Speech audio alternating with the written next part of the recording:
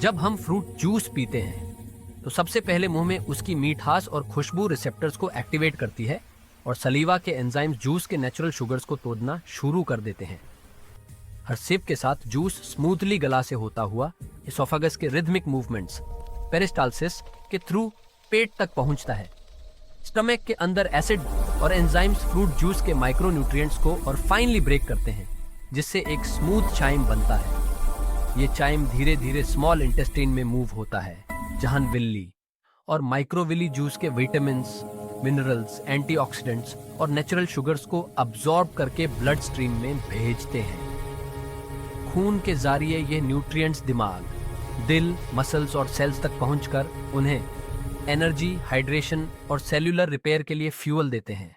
Juice में मौजूद natural fibre intestines को क्लीन करता है, गट मूवमेंट को स्मूथ बनाता है और डाइजेस्टिव हेल्थ को इंप्रूव करता है।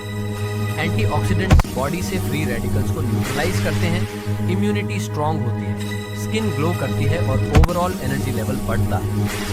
सब फ्रूट जूस के नेचुरल बेनिफिट्स हैं। Like, subscribe the channel. Thanks for watching.